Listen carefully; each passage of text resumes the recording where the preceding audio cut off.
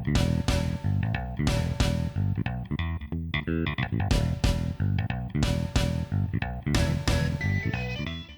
right, so here we are at DCI's interview series. So Craig from Loupe, thank you so much for coming on today. Absolutely. Thanks for having me. We are really happy to have you. A company that is, making an interesting impact on the hobby, and we'll get to that here in a second. So, Absolutely. I'd love to start out, just get your take and impression on the Mint Collective as a show. What do you think of this? Yeah, I think it's been amazing. The nice part about this show for me is that as a collector, there's lots of distributors, there's lots of dealers, there's lots of wax and cards and slabs for you to be able to look at. But also as a businessman, there's lots of great companies here for me to be able to connect with and have meaningful conversations about partnerships and working together in the future. Sure, that makes sense. Very different than a normal card show in that respect, right? 100%. Yeah, I mean, outside of the national, Yep. You're really not going to get this kind of breadth of businesses that are represented at a card show, Yeah. right? If you go to your local card show, it's going to be a lot of people with their tables, with their cards out. You're not going to get this kind of corporate experience, Yep. Which really adds an extreme, level of experience for the attendee to be able to experience the show. I can't imagine this show in a couple of years from now, because obviously the vendor part will continue to build out, Right. and new businesses will come in the hobby, but 100%. this place will be crazy, and as they keep growing this. Yeah, and it'll be interesting with the timing, right? Yep. So we're in March right now, the National in July. I think there's room for more large-scale shows similar to this. Sure.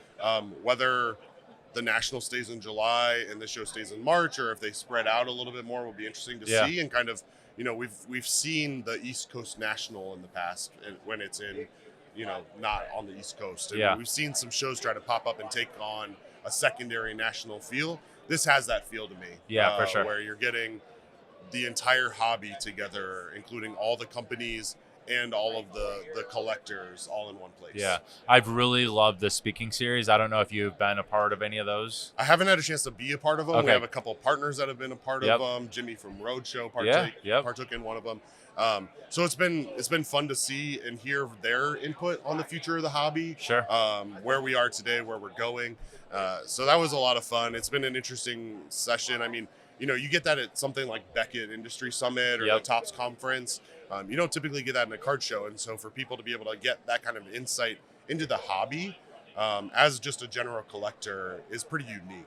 For sure. So what would be, so obviously today's Sunday, this is the last day of the show.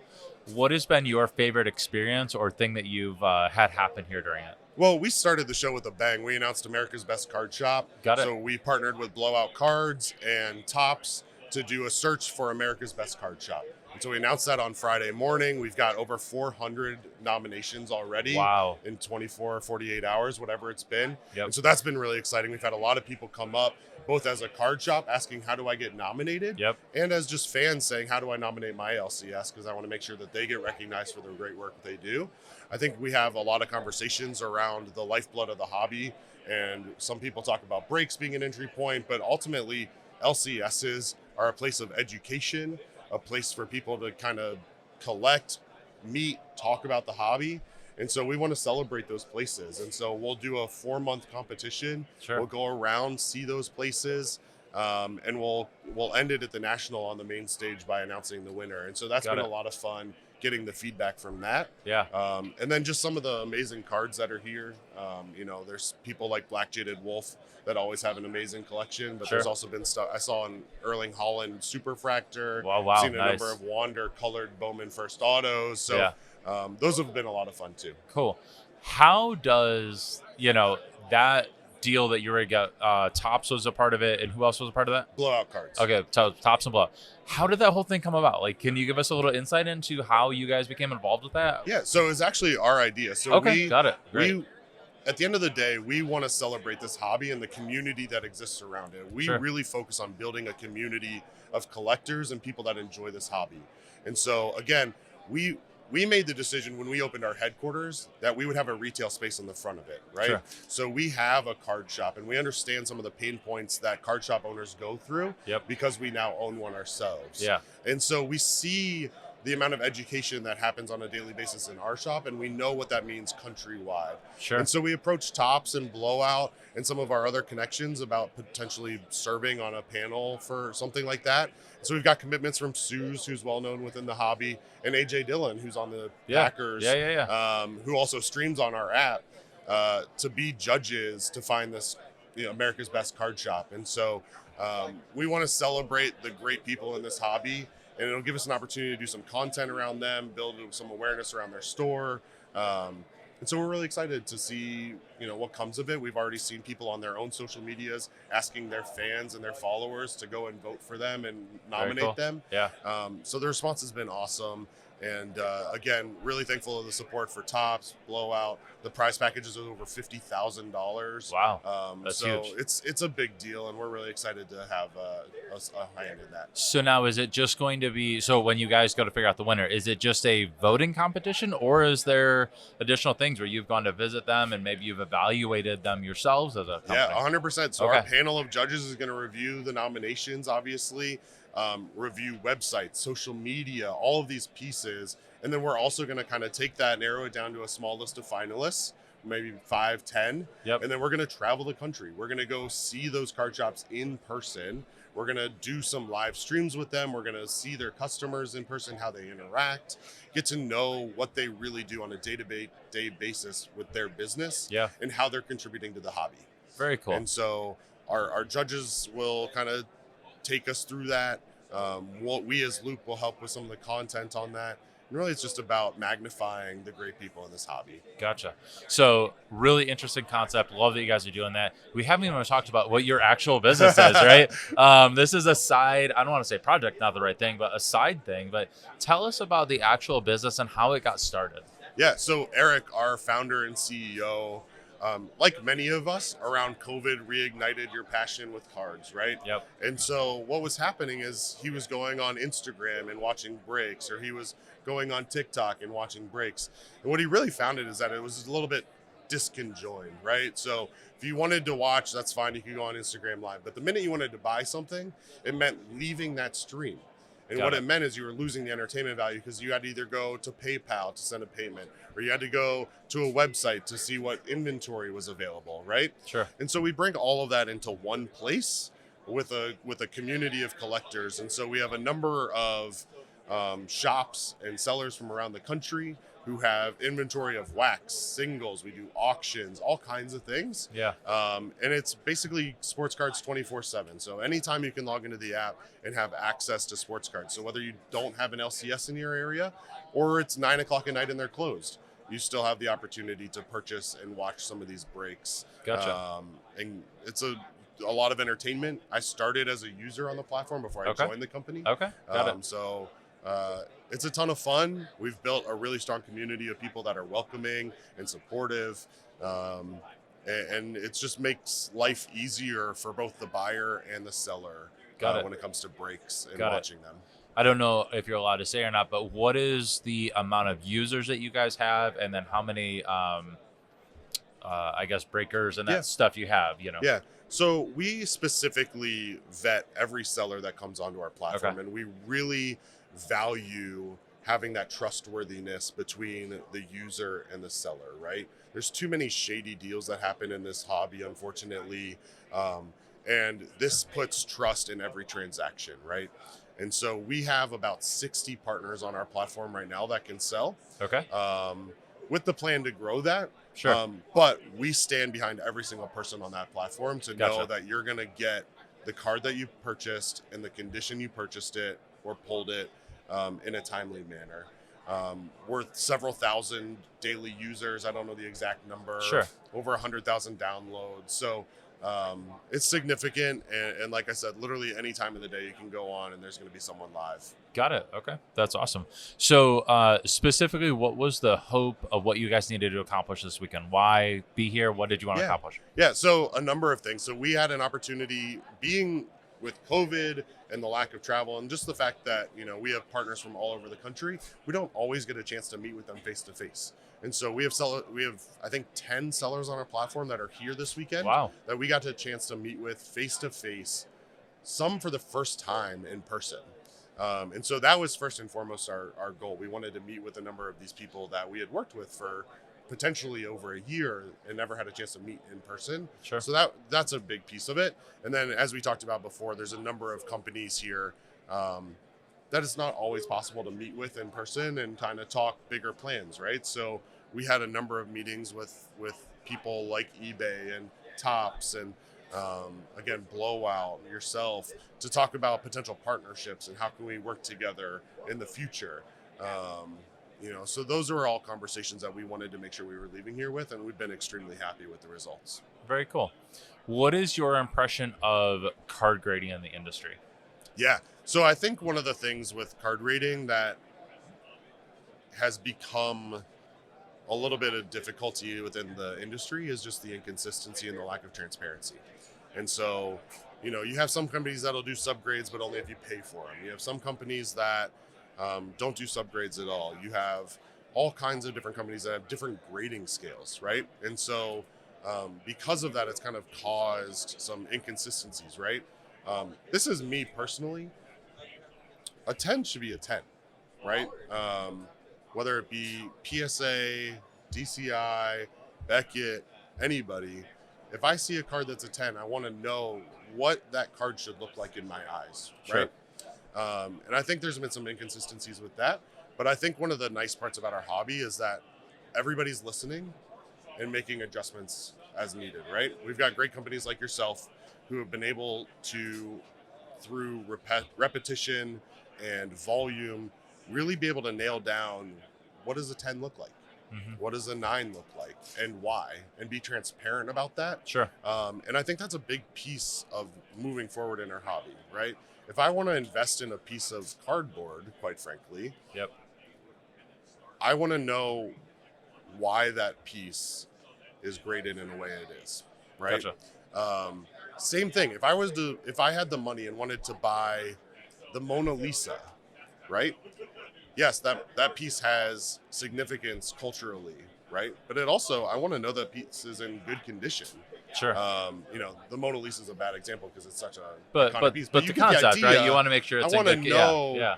the quality of that piece. Yep. Just like with 99% of the things I buy, I'm not going to buy broken plateware. Yep. Right? I want to know that the piece I'm getting is in the condition I would expect it to be in. Yep. And that starts with transparency.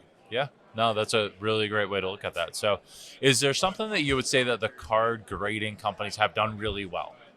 Not even DCI, just any where you're like, what they do well is this. Well, I think the thing that I like about grading companies, especially lately, is they're celebrating the hobby. Yeah. Right? Nat Turner is a hobbyist. He enjoys this hobby. Yep. Right? So him and PSA celebrating the cards that are coming through and being graded by them, right? If it's whether it be a super high-end, ultra-modern card, yep, or a vintage card that just hasn't been graded in a long time, sure, celebrating those pieces are exciting to me. Yeah. And I love the direction we're moving in there, right? I want to celebrate what this hobby is about. I think, quite frankly, the hobby has a lot of people that are viewing it as an investment as well, which it absolutely is. But sometimes we lose sight of the fact that this is a hobby, right? This is something that we grew up enjoying, going to our local card shop down the street and being able to look at the cards, right? Yeah. There's nostalgia behind it. And so celebrating that has been cool to see lately. Very cool. Nice.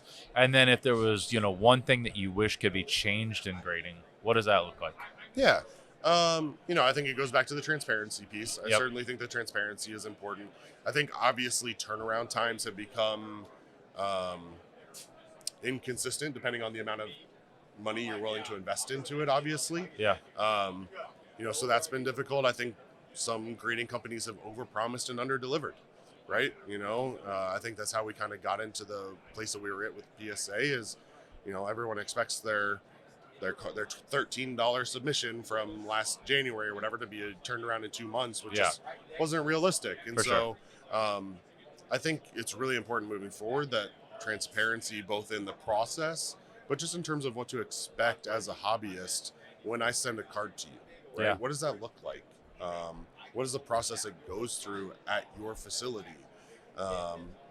And then obviously once it comes out, why did it get the grade that it got? Sure. So just more openness in that too. 100%. Yeah. Open the doors. Let us see. Yeah. Yeah. Hey, how many companies have you seen that have allowed media, other companies, whatever, to come in and do content in their facility?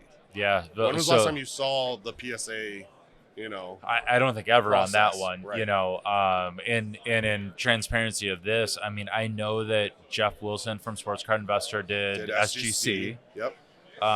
And Tyler has done some videos from HGA, but yeah, I don't know of any other ones. Not a whole lot. That and have obviously been there. you all are super active on TikTok, Yep. and I've seen some of the behind the scenes there. Correct. But that was obviously more so towards the pre-grade process. Yeah. And so you'll have an opportunity with your new slabbing opportunity to be transparent there too. Yeah. But yeah, I think there's just a lot of questions about what really goes into it. Yep. We saw with the Sports Card Investor video at SGC with the magnification that changed how you viewed a card in 20 different variations, right? Correct. Yeah. And that's super cool to see. And I think as a hobbyist, I loved that. Yeah. But you don't see that often, right? So one person over the course of the last 50 years has given you that kind of insight. Yep. I don't know that that's really the best for the hobby. I think that transparency is valuable. Yeah, that's a great point. So what do you see from the hobby in the next 2 to 5 years? I mean, obviously, if we could go back 2 years ago, it was very different, right? So the next 2 to 5, what's that look like? Yeah, continued growth. Yeah. I think the addition of Fanatics into the space is going to be huge. Ultimately, they're a distribution company, right? Yep. And so what you're going to have is complete access to anybody that wants to access it, right? And I think that's exciting because right now, pricing has outpriced certain people. Sure.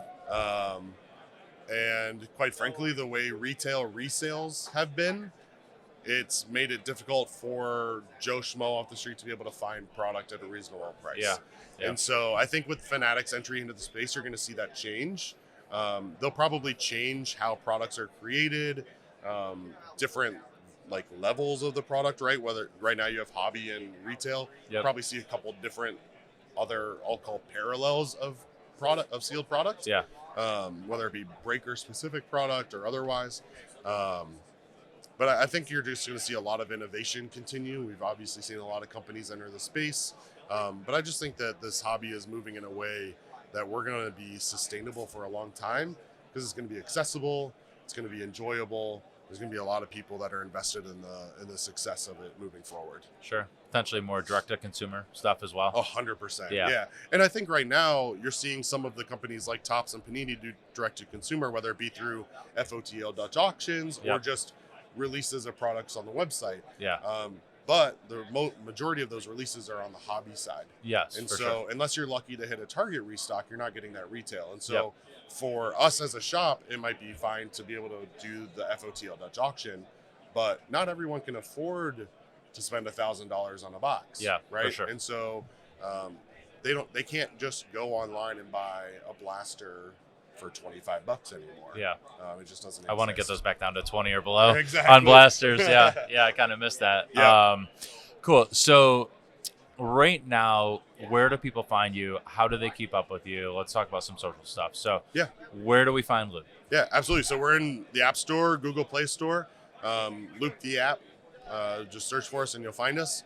LoupeTheApp.com is our website. Okay. If you want to find out more information about America's Best Card Shop search, you can go to loupe.cards/America Best Card Shop. Sorry, loupe.cards/Best Card Shop. Okay. And there's more information there. But yeah, like I said, live 24/7. Nice. Download the app, check it out. No deposit necessary or anything like that, obviously, to enjoy it. And no pressure ever to purchase. Just enjoy so people the hobby. can get on, they can start to watch even with none of their information. Absolutely. That's all awesome. you do is register with a username and you're in the chat watching. That's awesome. So, perfect. Well, we appreciate you coming out. Absolutely. Thank you so much. So yeah, absolutely. It's been a lot of fun. And that's another episode. Thank you.